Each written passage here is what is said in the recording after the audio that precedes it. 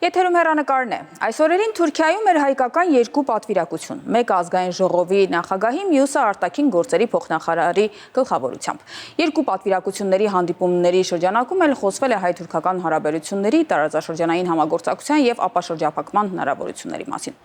Ինչպիսին են այս փուլում հայ-թուրքական զարգացումները, քննարկենք տարածաշրջանային հարցերով փորձագետ, արևելագետ Գեորգի Միրզաբեկյանի հետ։ Շնորհակալություն, պարոն Միրզաբեկյան։ Անդրադառնալով այս երկու պատվիրակությունների հանդիպումներին, որոնք են այն առանձնահատկությունները, որ դուք նկատել եք։ Շնորհակալություն, այո, այնպես եղավ, որ զուգադիպեց, որ երկու պատվիրակությունները միաժամանակ կարծեք թե այցելեցին Թուրքիա եւ մասնակցում են տարբեր իդեպ համաժողովների, ազգային ժողովի նախագահը միջխորհրդարանական համաժողովի է մասնակցում, իսկ Հայաստանի փոխարտգործնախարարը մասնակցում է Անտալիայի դիվանագիտական ֆորումին, որը որ վերջին տարիներին գնալով թափ է ստանում եւ ընդգրկում է մի շարք երկրների առաջնորդներին, բարձրաստիճան պատվիրակություններին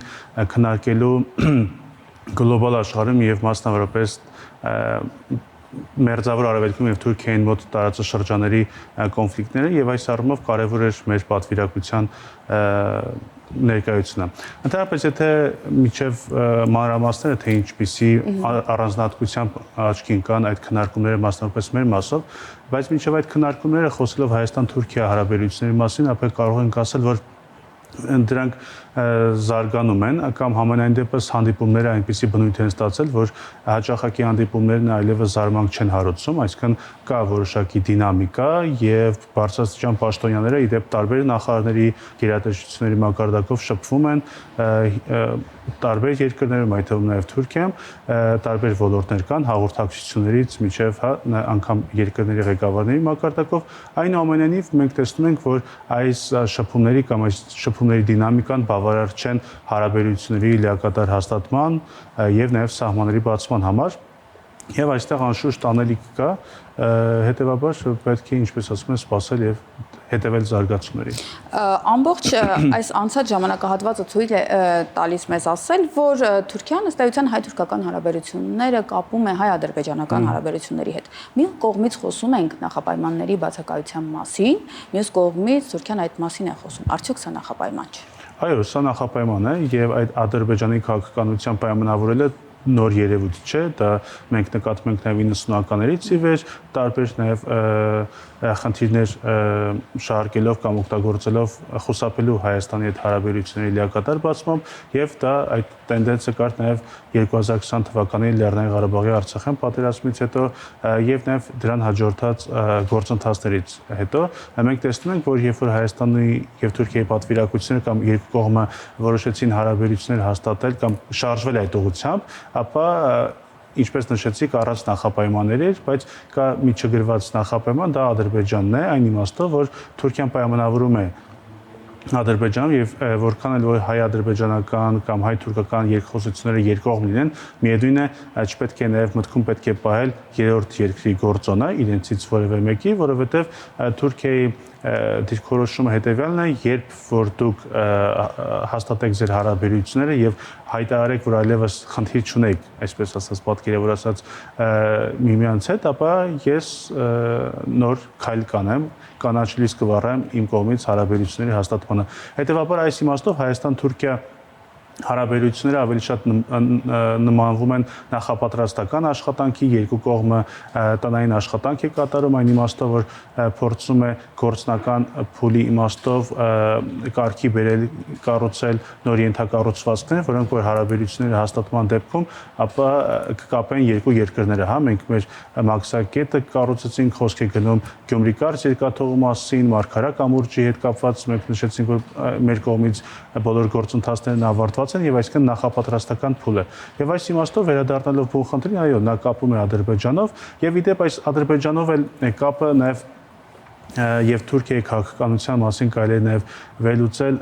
Անտալիայի դիվանագիտական ֆորումի ընթացքում Հարավային Կովկասի նվիրված պանելային քննարկմանը, որին մասնակցում էր Թուրքիայի նախագահի խորհրդականը Ակիվ Չաղաթայ Քլիչը, իդեպ նա փաստորեն նրա հորեղբայրը Հայաստանի հետ կարգավորման հարցերով Թուրքիայի հատուկ ներկայացուցիչն է, այո, եւ նա բավական ազդեցիկ կերպար է, նա ես կարող եմ ասել, որ մեկ ժամանոց քննարկմանը նա կարելի ասել չանդրադարձավ Հայաստան-Թուրքիա հարաբերությունների կարգավորմանը, այլ երկու ուղերձ կարելի է նշել, մեկը այն, որ նա ավելի շատ խոսեց տարածաշրջանային կոմունիկացիաների եւ հաղորդակցության մասին, առանց անդրադառնալու բուն Հայաստան-Թուրքիա երկկողմ խնդրին, եւ մյուսը որպես Թուրքիա ներկայացրեց ֆասիլիտատորի դերում, ասելով, որ եթե հանկարծ ինչ-որ խնդիրներ լինեն խնդիրների հետ կապված կամ կողմերից մեկը մեր օգնության կարիքը ունենա, իհարկե էլի անանուն, բայց հասկանալի է ու մասների խոսքը, ապա մենք պատրաստ ենք մշտապես ֆասիլիտատորի կամ այսպես ասած միջնորդի պարագայում այդ հարցերը օգնել լուծելու, բայց ոչ մի խոսք թե Թուրքիան, որը ունի նույնպես չկարգավորված հարաբերություններ, իրենք ինչպես են տեսնում. Եվ սա նույնպես ցույց է տալիս, որ Թուրքիան ավելի շատ հիմա փորձում է մի փոքր, չասեմ հեռու մնալ, բայց մի փոքր վերևից նայել այս գործընթացներին եւ հարաբերությունների կարգավորումից հետո է պատրաստ ինչ-որ քայլեր անել, իսկ ներկա փուլում այդպիսի հեռանկարի մասին մոտ ապագայում կամ տեսանելի ապագայում կարծեք թե չի խոսվում։ Այնտեղ հանդիպումներ տեղի ունեցան նաև հայ-ադրբեջանական համատեքստում։ Դրանք ինչ արդյունք արձանագրեցին։ Իրականում հայ-ադրբեջանական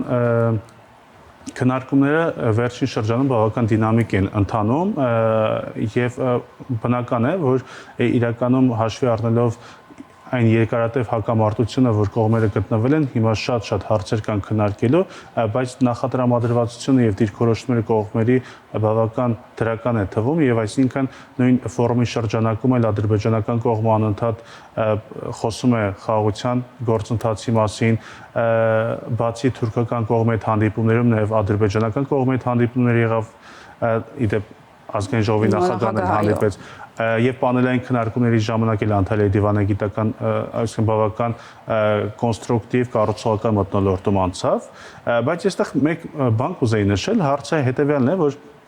երբ որ Ադրբեջանը խոսում է խաղաղության գործընթացի մասին, առաջ տանելու համար, որը որ ներկա փուլում իր համար կարևոր է, առաջնահերթ է, հաշվի առնելով տարածաշրջանային գործընթացները, թե իրանական ճգնաժամը ինչ է կատարվում եւ այս ուղղությունը շատ կարեւոր է, փորձում է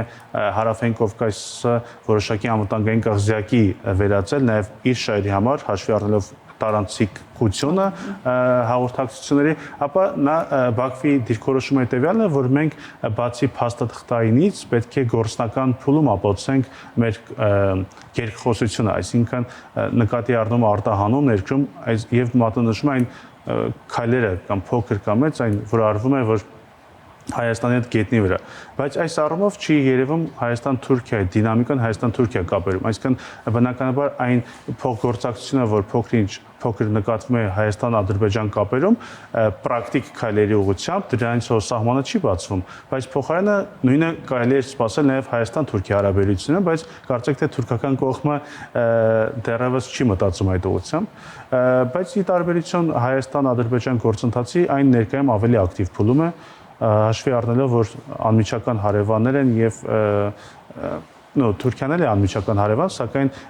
շատ գործընթացներում ավելի փոխկապակցված են ներկա փուլում։ Հիմա տեսնում ենք քայլեր, ինչպես ասացիք, հայ-ադրբեջանական համատեքստում, Թուրքիան էլ երբ պայմանավորում է հայ-ադրբեջանականով, պետք է որ սա համոզիչ լիներ ավելի առաջ գնալու համար։ Ինչու Թուրքիան շահագրգռված չէ եւ ըստ էության օգտագործում է այս քիչ թե շատ չկարգավորված լինելը Ադրբեջանի հետ եւ հետաձգում է։ Ինչու առաջնահերթություն չի դառնում։ Տեսեք, երկու խնդիր կարելի է մատնանշել, մեկը Ադրբեջանի գործոնը, առայն որ Ադրբեջանի հետ նրանք բավական սերտ հարաբերություններ ունեն եւ այդ սերտ հարաբերությունները նոր չէ որ սկսվել է դեռևս 90-ականներից, երբ որ Բաքու-Թբիլիսի այդ հիմնարկեքը երբ որ եղավ Ջեյհան, այսինքն Միսուարյուն ստացան երկուսի հարաբերությունները, հետո 2009-10 թվականներից այդ նոր թափ հաղորդվեց, հետո 20 թվականից 2020 թվականից հետո թափ հաղորդվեց եւ հիմա բավական սերտացել են երկուսի հարաբերությունները, իդեպ նշում է որ ամենաբարձր մակարդակով նույնպես սերտ հարաբերություններ կան անձնական մակարդակով եւ ընդհանրապես պրոյեկտների տեսքով, հա, Ադրբեջանը կարևոր էներգետիկ մատակարար է Ադրբեջանի համար եւ այսինքն փակ սահմանների պայմաններում բնականաբար այս կապերը բավական սերտացել են։ Հետևաբար Ադրբեջանը նույնպես կարծում եմ, որ փորձում են օգտվել այն առիթից, որ Ադրբեջանը շատ կարևոր գործընկեր է Թուրքիայի համար եւ ինչ որտեղ նրանք վստահ են, որ Թուրքիան այս հարցում Հայաստանի կարգավորման հարցերում առաջ չի ընկնի Ադրբեջանից։ Սա կարծում եմ այս վստահությունը կա Ադրբեջանում, բայց մյուս կողմից Ադրբեջանի այս տրամադրությունները այսքան վստահ չէին կարող լինել, եթե դիցուք օրինակ Թուրքիան շատ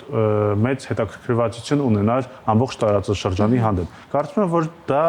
առանցքայիններից է, որ Թուրքիան չի տեսնում դեռևս առաջնահերթ չէ Հարավային Կովկասը, կամ աղոտ է թվում, կամ ունի այլ առաջնահերթություններ ավելի շատ, եւ այս առումով կարծեք թե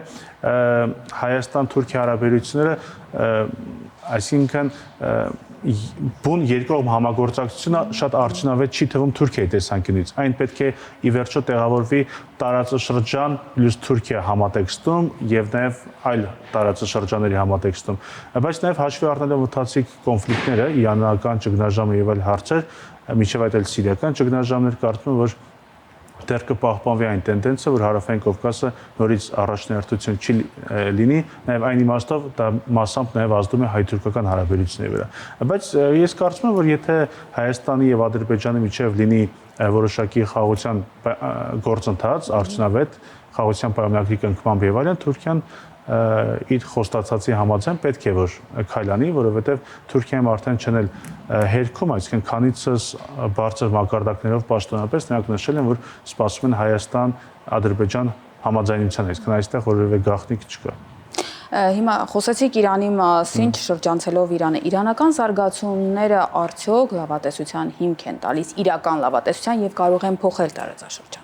Կարող են փոխել, շատ կարևոր է լինելու, թե ինչպես է ավարտվելու պատերազմը, կողմերը ինչպես են դուրս գալու պատերազմից, թե դիրքերի ուժեղացման, թուլացման պարագայում, բայց բնականաբար բոլոր դեպքերում, եթե խոսենք ներկա գործընթացի մասին, այն բավական մտահոգիչ է մնում, չնայած լավատեսական որոշակի